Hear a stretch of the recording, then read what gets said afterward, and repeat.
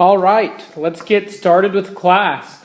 Hope we all have our note paper out and ready to take some good notes, because by the end of class, you're going to be able to use addition or subtraction to solve equations.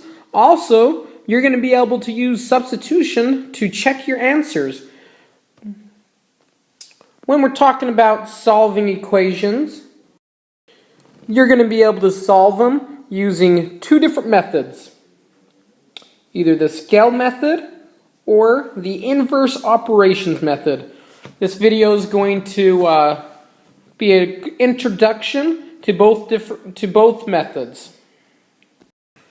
But first, let's take a minute and we'll quickly talk about some vocabulary words that we should know. Solution is a value that makes the equation true.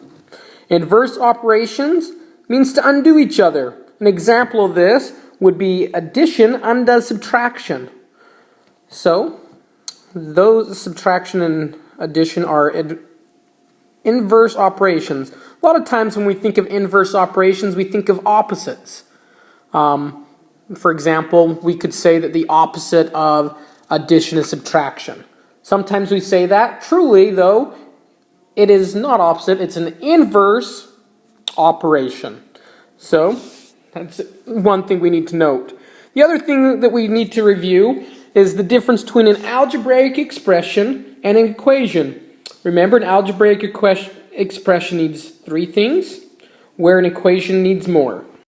I quickly wrote down a couple examples. We've got an algebraic expression which needs three things: a number, an operation, and a variable. Where an equation needs a number, operation, variable, equal sign, and an additional number. Does not necessarily need to be in this order, but it does have to have all those components. So that's the difference between an algebraic expression and an equation. And remember, a variable is any letter. Letter can be A through Z.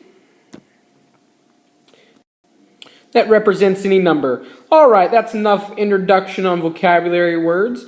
Let's get right down to business. And we're going to start with learning the scale method. We call the scale method because scale, we need to make sure that both sides are equal. This is a great method in solving these equations, is making sure that this side and this side of the scale is equal. Here's a quick example of this scale and how it needs to be equal. This equation could read something like dog plus A equals horse plus dog. So we can clearly see that if we have a dog and a horse on this side, for it to be equal, we need a dog and a horse on this side, for that scale to be equal on both sides. So in this case, A would equal horse. I know you're probably thinking, why can't all math be that easy with horses and dogs, maybe even throwing a cat here and there? I promise, stick with me, and this is going to be that easy. The next problem, though, we are going to use some numbers, but it will still be easy. Alright, so my equation this time is 3 plus x equals 12. Now with the scale method, let's make sure that we get both of these sides even. I've got a 12 on one side, so I know I need 12 on this side. So 3 plus x needs to equal 12, so I can get 12 on both sides. So sometimes we can just look at x and automatically know, oh yeah, this is what goes in there. And sometimes we can't quite get it, so using the scale method, we can take an educated guess and check our answer and go from there. So I'm going to just take a guess, because we'll pretend like I can't see it. And where I'm going to guess that, in this case, x is 10. So I'm going to go ahead and replace that, and I'm going to check and see if it works. So I've went ahead and substituted the 10 in for the x, and I know that 3 plus 10 is 13, and 13 does not equal 12. So unfortunately, I was wrong. But I was close enough to guess, so now I know, alright, well, one too big on this side. So I think I've got a guess, and I think I can go from there and get it right this next time. Because if I'm one too big, I can just go ahead and subtract one and go with, I'm going to go with x equals 9. I'm going to go ahead and check that and see if I'm on the right track now. Alright, 3 plus 9 is 12. 12 and 12, even on both sides, so I know that x equals 9 is the right answer. This scale method is great, because this is also how I do my check. Substitute in and check. So, let's go ahead and move on to some inverse operations. And we will use the scale method to check our answers and make sure we're right from here on out. Alright, on inverse operations, the key is to get the variable on a side of the equal side all by himself. So right now we can see the variable is not all by himself because we've got this plus 3. So we're going to look at moving that plus 3. And we have to look at what is the inverse operation of plus 3. Well, how would we undo 3? Well, I could undo 3 by doing the inverse operation of 3, which instead of plus 3 is minus 3. So this is kind of like fractions. You know the little song we've been singing with fractions. Whatever I do to the top, I've got to do to the bottom. Well, this is kind of similar. Whatever I do to this side, I have to do to this side. So if I'm doing the inverse operation of plus 3, which is minus 3, I have to come over to this side and minus 3. So 30 minus 3 is 27.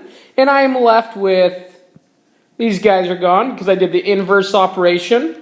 I've still got my b and I've got my equal. b equals 27. Let's see if that's right. To do that, remember how we did the scale method? We simply took the 27, or whatever the variable was, the solution, and we'll plug the solution in for the variable, and we'll see if it works.